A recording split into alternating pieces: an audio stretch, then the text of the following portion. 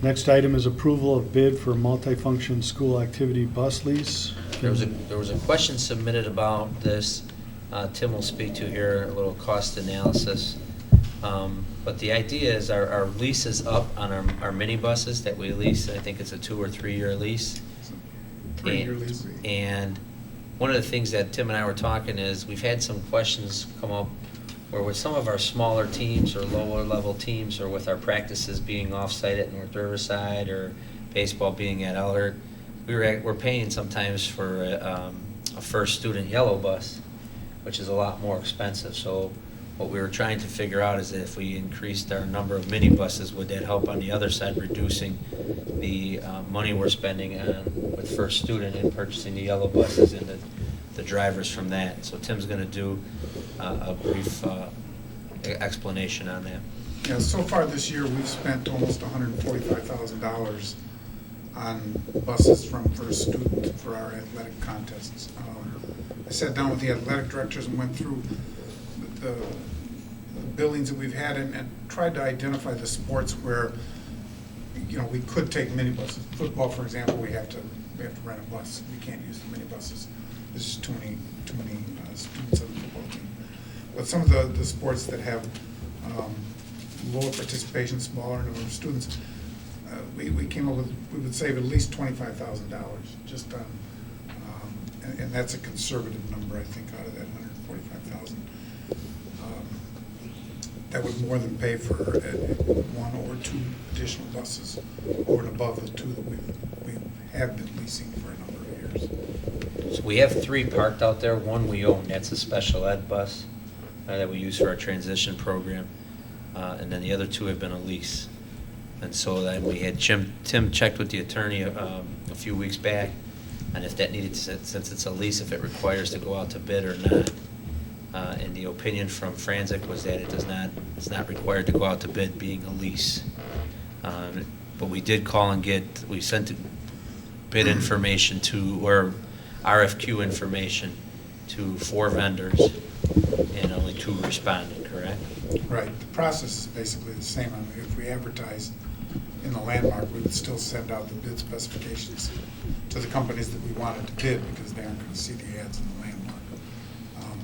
But when we put the bid specifications together here, we just didn't advertise it, but we sent those bids out to 4 different companies, which is what we did 3 years ago when these leases.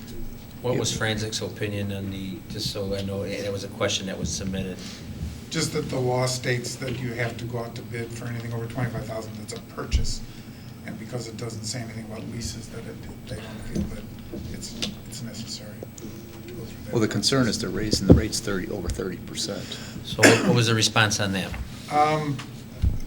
They told me that for about 7 years they didn't have any price increases, and I know that for when we renewed our lease 3 years ago, we renewed at the same price we had for 3 years. So we've had those buses for 6 years at no price increase. I think the whole market for those buses, the companies just weren't able to lease or increase the prices. The buses are made by Chevrolet. They changed their production. They went to a production of pickup trucks more than the buses. So the buses are harder to get now. So there's a high demand and a lower supply of the buses. And they kind of waited. Once that happened, then all the companies started raising the prices up significantly. We also contacted a couple of dealerships and we're interested in leasing vans. Because they do sell some transport vans that can do 12, which our buses do 14 to 50. I think it's 14 seats. Mm-hmm. But they weren't interested in doing leases on the vans. They only want to sell the vans. Yeah. So the recommendation is to lease 4 buses? I think right now we'd like to approve for sure 3. We think by increasing 1 for sure and have the flexibility to do the 4th. If the board wants me to try to call the company and see if I can get this down lower, we could bring it back at the May cow. Well, And see if I can negotiate. Could you put a little more color on how we actually, what the process is, so we can have some assurance, as opposed to we're sure we can save 25,000? I mean, doing the math, the minibus costs us about $43 a day. So obviously, if we're using it every day, as opposed to a yellow bus, which they appear to be in the $150 to $200 a day for a yellow bus, right? If you look at the bill, somewhere in that range. Yeah.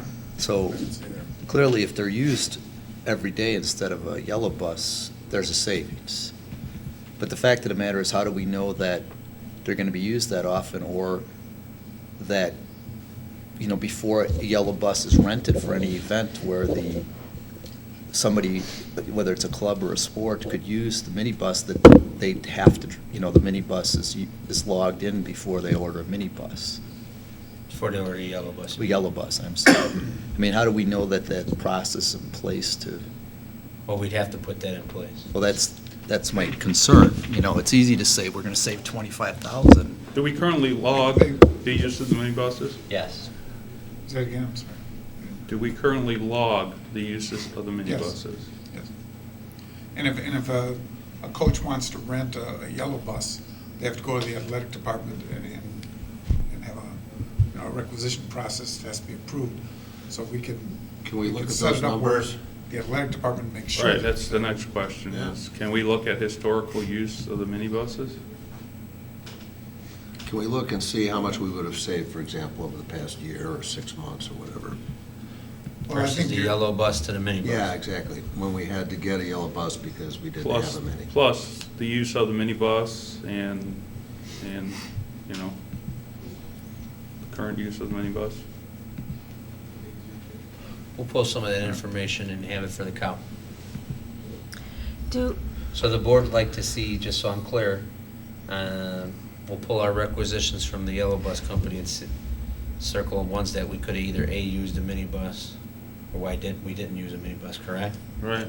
And the usage. And it would show that were a the two third or minibuses fourth- used every day? Yeah. Right. Or how often were they used? And do you have any, didn't North Riverside just buy a couple minibuses?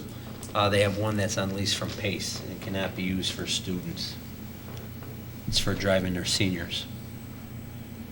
So they get a special rate on that? Is that the? I don't know what their rate was, but we have an intergovernmental agreement, they use our minibuses over the summer to drive students from day camp to our pool.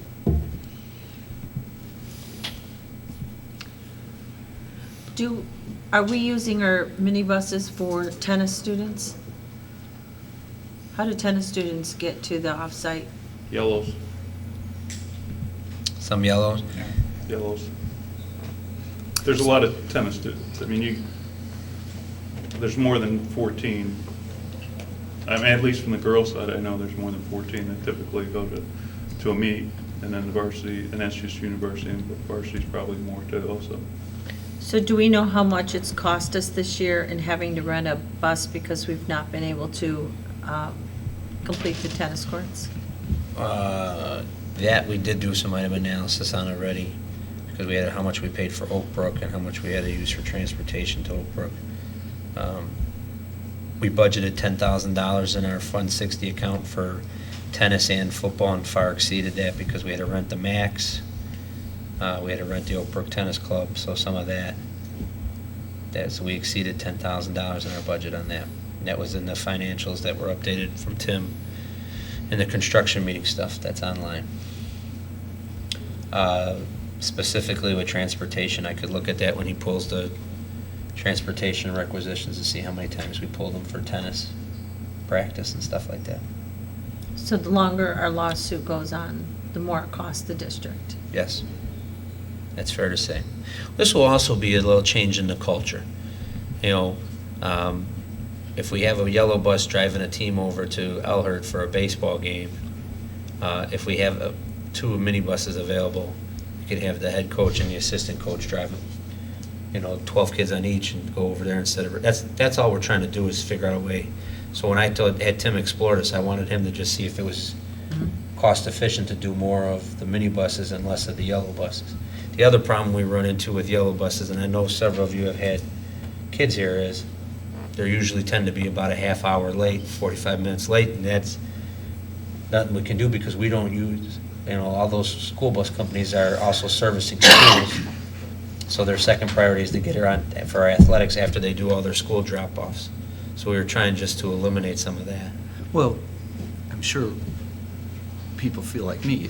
it's a good idea. It's gonna save money, be more convenient, but so far, again, it's subjective information Okay. where you could easily do an objective analysis and show that there's usage and savings and all that, and I'll I have just Tim think that's pull the that. right way to do it. We'll pull it and we'll present it for a vote on, at the COW if the information's okay. Thank you.